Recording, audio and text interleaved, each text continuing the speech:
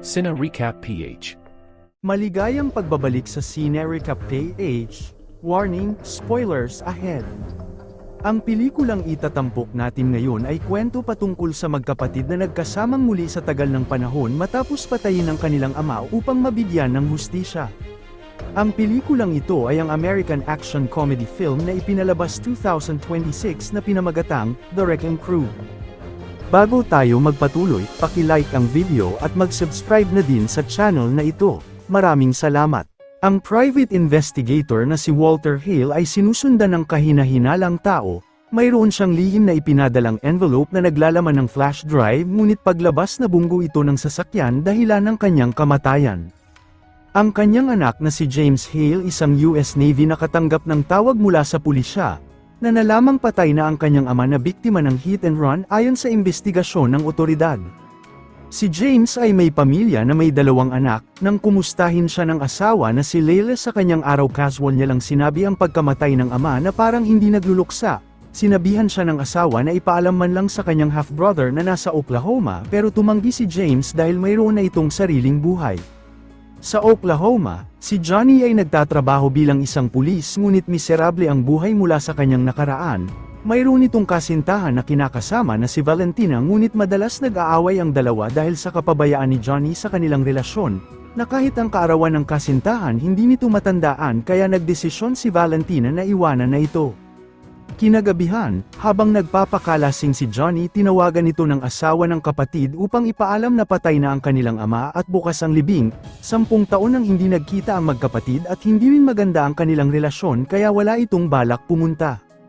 Ngunit ilang kalalakihan ang dumating na nagmula sa pangkat ng Yakuza. May hinahanap itong package na nagmula sa kanyang ama pero walang alam roon si Johnny dahil bata pa lang nang iniwan sila ng ina.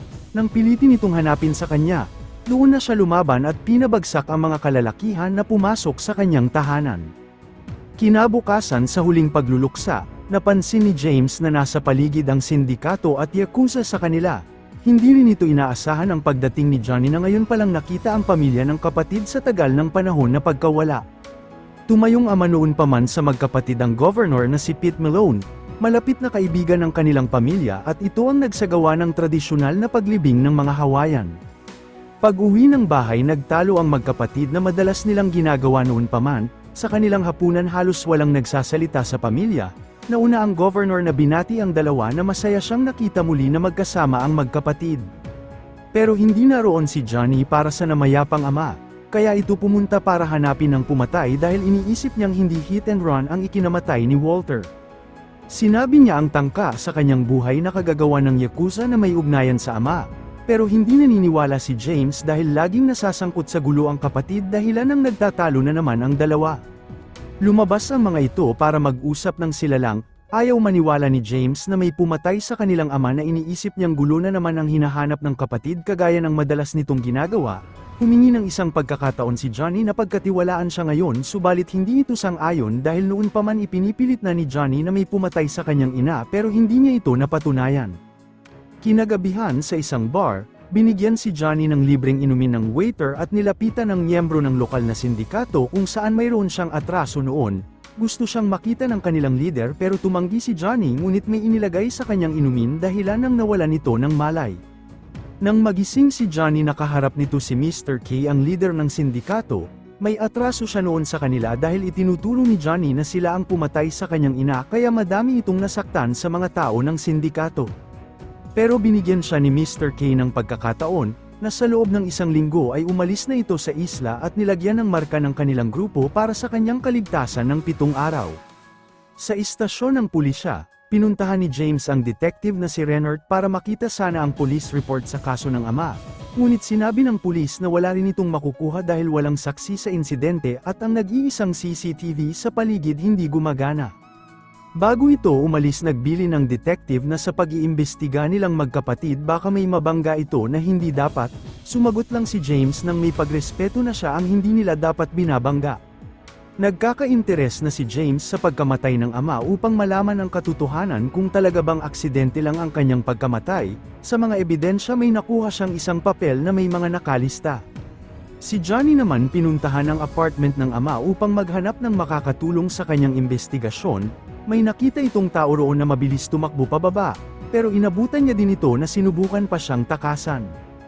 Inakala niyang magnanakaw lang ito pero ang lalaki ay dating nagtatrabaho kay Walter na si Pika.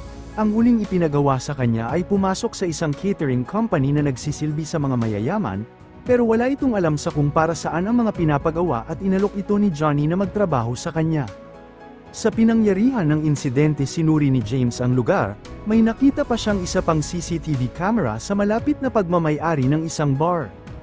Gusto niya sanang ma-review ang kuha para makita ang pangyayari sa araw ng insidente ngunit ayaw ipakita ng may-ari, sinubukan niyang magbayad na lang pero talagang nagmamatigas ito kaya sa pilitan niya na lang itong inalam sa kanila. Sa mga oras ding yun nakabalik na si Johnny sa apartment ng ama kasama si Pika. May napansin siyang isang surfboard at nang tingnan may nakita itong laman sa loob na isang blueprint ng lupain. Ang pinsan nila na si Nini na nagtatrabaho sa governor, tinawagan ito ni Johnny upang ipaalam ang nalaman nitong kahina-hinalang bagay, para masiguro hiningi sa kanya ang 8-digit file number para makita pagbalik sa opisina. Bigla namang dumating doon ang kapatid at nagpang-abot ang dalawa. Dala-dala ni James ang kuha ng CCTV footage sa insidente na hinihinalang sinadya dahil hindi man lang huminto ang sasakyan. Ipinahanap ni Johnny kay Pika ang lahat ng blue van sa isla upang malaman kung sino ang nagmamay-ari, ngunit pag-alis ng magkapatid may nagtangka sa kanilang buhay na kagagawa ng mga yakuza. Nahirapan si James na mapatakbo ang sasakyan sa matinding pamamaril sa kanila.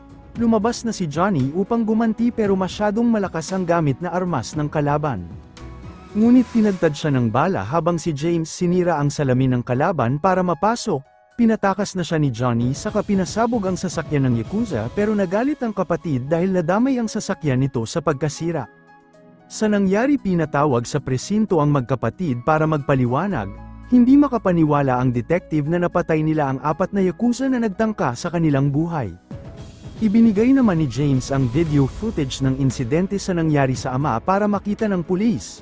Ngunit tila ayaw pa din makipagtulungan ng detective sa magkapatid dahil sa posibleng pagkasira na nagagawa ng dalawa sa isla. Pag-uwi ng bahay nakakuha ng impormasyon ang pinsan na ang blueprint ay nasa parteng norte ng isla kinumisyon ng Robacox firm, pagmamay-ari ng isang bilyonaryo na si Marcus Robacox nagmamay-ari ng mga hotel at resort sa Europa at Asia. Hinala ni Johnny na si Walter ay nagtatrabaho kay Marcus, pero ang pinsan hindi sang-ayon dahil masyado itong malaking tao para kumuha ng isang pipitsuging private detective. Nalaman nilang may plano itong magtayo ng kasino sa isla gamit ang nakuhang blueprint, kaya balak ni James na personal na kausapin ang negosyante sa pamamagitan ng magaganap niyang annual fundraising. Pinuntahan ng dalawa ang nasa mapa na balak tayuan ng kasino. Nakatira roon ang mga lokal na Hawaiian na mayroong maliit na komunidad at posibleng mawala ng tirahan pag natuloy ang konstruksyon. Nakatanggap naman ng balita ang dalawa, na natagpuan na ang van na nakabunggo sa kanilang ama. Inihulog ito sa dagat kasama ang nagmamaneho na may koneksyon sa Hayashi Imports ang nag-iisang Japanese sa listahan. Kalaunan para makapasok sa party ng Robacox firm, nagpanggap ang mga ito na waiter sa tulong ni Pika at nalaman na ang Hayashi Imports ay konektado sa mga yakuza. Sa pag-iikot ng dalawa lumabas si Johnny, may nakilala itong babae sa labas na nakausap, habang naiwan naman si James para gawin ang trabaho bilang parte ng crew, pero nilapitan siya ng Japanese para gumamit ng ipinagbabawal na gamot sa kanya mismong harapan. Sa labas nang magpakilala si Johnny sa nakausap na laman na anak siya ni Walter, ang babae pala ay asawa ni Marcus na inupahan ng kanyang ama para imbestigahan si Marcus para sa kanilang balak na paghihiwalay. Wala itong alam na patay na si Walter kaya may ibinigay ito sa kanyang address upang magkita para mag-usap. Sa loob nalaman ni James na ang Japanese ang nagpapatakbo ng Hayashi Imports, ito rin ang leader ng Yakuza na si Nakamura kaya nagbigay siya ng kaunting alam sa pagtatago nila sa Blue Van at nagpakilalang Navy pero gayunpaman walang gulo na naganap. Ngunit nilapitan ang magkapatid ng mga security at parehong dinala kay Marcus upang alamin ang pakay sa panghihimasok sa kanyang party. Nagpakilala silang anak ni Walter pero nalaman ng mga ito na nagtatrabaho din pala ang kanilang ama sa negosyante upang subaybayan daw ang asawa na hinihinalang may lalaki. Pero hindi naniniwala si Johnny at itinuturo si Marcus na siya ang pumatay sa kanyang ama. Kinabukasan nang puntahan ni Johnny ang address patay na nang inabutan nito ang asawa ni Marcus, sumugod siya sa bahay ng negosyante na galit. Hindi na nakontrol ang sarili subalit nagulpi siya ng mga security ni Marquez at nakulong. Pero tinulungan siya ng governor para makalabas matapos kausapin ang negosyante, pinayuhan ito sa pagkakaiba nilang magkapatid ngunit hindi nakikinig si Johnny. Naroon din sa labas nag-aantay si James sa kanya na tila naulit na naman ang nangyari noon kaya siya pinaalis ng isla. Hindi ito pinapansin ni Johnny dahilan ng nauwi na naman sa pagtatalo ang magkapatid at parehong nagulpi ang isa't isa. Si James ang nagpadala noon sa kapatid sa Oklahoma upang ilayo siya dahil papatayin ito ng sindikato. Pinoprotektahan lang siya ng kapatid kaya niya ito inilayo ngunit magmula noon hindi na makawala si Johnny sa alaala na wala siyang nagawa para iligtas ang kanyang ina. Pag-uwi ng bahay tinawagan si Johnny ng kasintahan na si Valentina upang hanapin ito. May mga nakuha siyang package at mayroon nagmula sa Hawaii. Nang buksan naglalaman ito ng flash drive na ipinadala ni Walter kay Johnny noon at pinasunod si Valentina na gustong-gusto ring pumunta ng Hawaii. Kinabukasan dumating na si Valentina na sinundo ng magkapatid.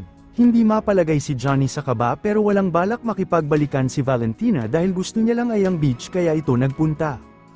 Habang nasa biyahe na sila binuksan ng mga ito ang drive, ngunit mahigpit ang security na naghahanap ng 12 passkey, naalala ni James ang papel na natagpuan sa wallet ng ama at pinasubukan kung gagana. Bigla namang may dumating na helicopter na sinusubukan silang patayin, ibinigay ni John ang pagmamaneho sa kasintahan kung saan bihasa ito roon. Nakaligtas sila sa muntikan ng pagkakabangga sa mga sasakyan pero meron pang dumating na mga nakamotor. Naakyat ng mga ito ang sasakyan na pilit na pinipigilan ng dalawa hanggang sa nagawang mapatay ng magkapatid. Bumalik na naman ang helicopter upang tapusin sila, sinubukan itong barilin ni Johnny pero hindi niya ito tinamaan, buti na lang asintado si James dahilan ng napabagsak nito ang helicopter at muntikan pang tumama sa kanila pero nagawang maiwasan ni Valentina sa kanyang husay sa pagmamani-ubra. Nang ligtas na sila nabuksan din ni Pika ang drive, naglalaman ito ng mga wired transferred at nalaman na 3 taon ang may malaking halaga na ipinapadala sa isang account sa Cayman, nang suriin ang account ay nakapangalan ito kay Peter ang governor. Hindi makapaniwala ang magkapatid sa nalaman na kurap na opisyal pala ang governor na kinikilala nilang ama. Pag-uwi ng bahay hindi mahanap ni James ang asawa. Naghinala itong may nangyari kaya agaran nilang hinanap sa loob at natagpuan sa banyo ang 2 anak na takot na walang nagawa para tulungan ang ina. Naalala ni Johnny na ganun din ang nangyari sa kanya noon nang hindi na protektahan ng ina mula sa killer. Nakatanggap din sila ng tawag mula kay Marquez na pinapaalam na hawak niya si Leila at Nani, gusto niyang dalhin sa kanya ang drive kapalit ng 2 sa mabilis na oras. Agad dinala ni James ang kapatid sa kanyang sekretong silid kung saan mayroong madaming armas na nakatago, kumuha sila ng magagamit upang iligtas ang asawa at ang pinsan sa kaagarang umalis. Kalaunan, sa compound ng negosyante, nagsimulang umatake ang 2 magkapatid sa pagpapabagsak sa mga security na nakabantay gamit ang kani-kanilang mga kakayahan sa pakikipaglaban, pinatay din ng mga ito ang ilaw ng buong lugar. Nang suriin ang tauhan ni Marquez imposible na itong mabalik pa matapos putulin ang lahat ng kable. Ngunit nalaman itong may umatake sa kanila pero napatay ito ni Johnny at nagbanta kay Marquez na siya na ang susunod. Dahil dito sunod na pinakilos ni Marquez si Nakamura upang hanapin sila.